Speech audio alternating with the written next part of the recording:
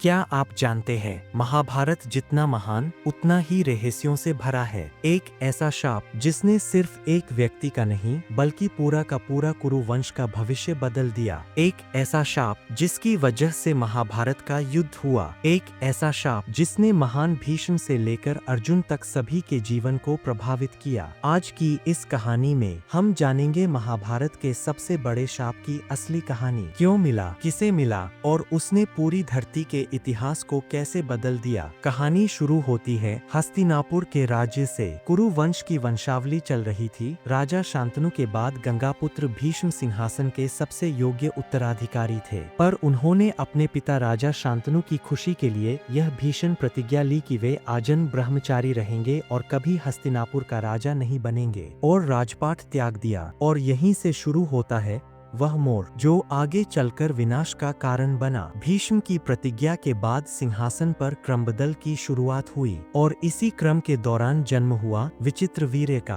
विचित्रवीर्य का विवाह अंबिका और अंबालिका से होना था, पर अंबा की कहानी ही आगे चलकर महाभारत का सबसे बड़ा शाप बन गई। काशी में स्वयंवर चल रहा था। भीष्म वहां पहुंचे और युद्ध जीते बिना तीनों राजकुमारियों को बलपूर्वक हस्तिनापुर ले आए। अंबा ने रोते हुए कहा, हे गंगा पुत्र, मेरा हृदय किसी और को समर्पित है, राजा शाल्व को। मैं उनसे विवाह करना चाहती हूँ। भीष्म ने तुरंत उसे सम्मान पूर्वक मुक्त कर दिया और शाल्व के पास भेज दिया। पर शाल्व ने कहा, अंबा, तुम्हें भीष्म जीतकर ले आए थे, अब मैं तुम्हें अपने घर नहीं रख सकता क्योंकि यह मेरे सम्मान के विपरीत है। अंबा पूरी तरह टूट गई। वह भीष्म के पास वापस आई और बोली, मेरे जीवन को नष्ट किया है तो अब मेरी रक्षा भी तुम ही करो। और अंबा ने भीष्म से विवाह का प्रस्ताव रखा। भीष्म ने कहा, मैंने आजीवन ब्रह्मचर्य की प्रतिज्ञा ली है, मेरी प्रतिज्ञा मुझे विवाह नहीं करने देती, मैं असहाय हूँ।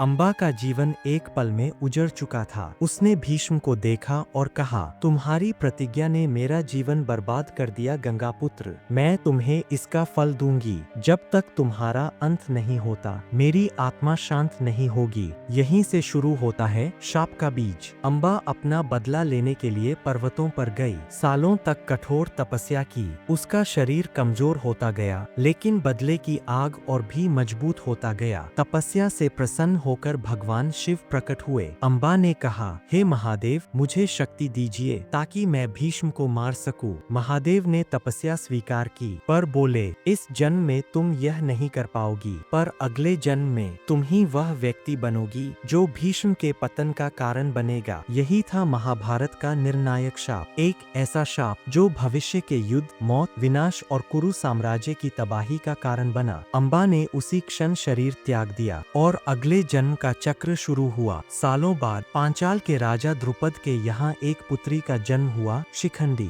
राज्य में यह रहस्य फैल गया कि यह बच्चा पिछले जन्म की देवी है, जिसके भीतर असाधारण शक्ति है। शिखंडी बड़ी हुई, उन्हें युद्ध और धनुर्विद्या में पारंगत किया गया। धीरे धीरे शिखंडी को अपने पिछले जन्म की सारी बातें याद आने लगी। अंबा की वेदना, उसकी तपस्या, उसका अपमान और भगवान शिव का दिया हुआ शाप। शिखंडी ने प्रण लिया, मैं भीष्म का अंत बनूंगी, और इसी संकल्प ने महाभारत के युद्ध का रूप तय कर दिया। महाभारत युद्ध का दिन। कुरुक्षेत्र में युद्ध का 10वां दिन था। भीष्म अब तक अपराजेय थे। अर्जुन, भीम, कोई भी उनका सामना नहीं कर पा रहा था। श्री कृष्ण ने अर्जुन को बुलाया और शांत स्वर में कहा, अर्जुन, भीष्म को कोई पुरुष नहीं मार सकता, पर शिखंडी भीष्म के समक्ष आएगी, और शिखंडी को वह स्त्री मानते हैं, इसलिए वे उसके ऊपर अस्त्र नहीं छोड़ेंगे। यह सुनकर अर्जुन चौंक गए। कृष्ण मुस्कुराए और बोले, यह वही अंबा है जिसका जीवन भीष्म की प्रतिज्ञा ने नष्ट किया था। इसी का जन्म है शिखंडी, इसी के माध्यम से भाग्य भीष्म का अंत करेगा। जैसे ही शिखंडी अर्जुन के रथ पर आगे खड़ा हुआ, भीष्म ने धनुष नीचे कर दिया। उन्होंने कहा, मैं शस्त्र नहीं उठाऊंगा क्योंकि यह अंबा है और उसके प्रति मेरे मन में अपराध है। यही था महाशाप का प्रभाव। अर्जुन ने अवसर देखकर तीर चलाए और भीष्म का शरीर सूतों सा बिंध गया। धराधरा थर्रा उठी। युद्ध भूमि शांत हो गई। सबको समझ आ गया, यह अंत किसी देवता के वरदान से नहीं बल्कि अंबा के शाप से हुआ है। शाप का वास्तविक असर। अंबा के शाप ने सिर्फ भीष्म को नहीं मारा, इस शाप ने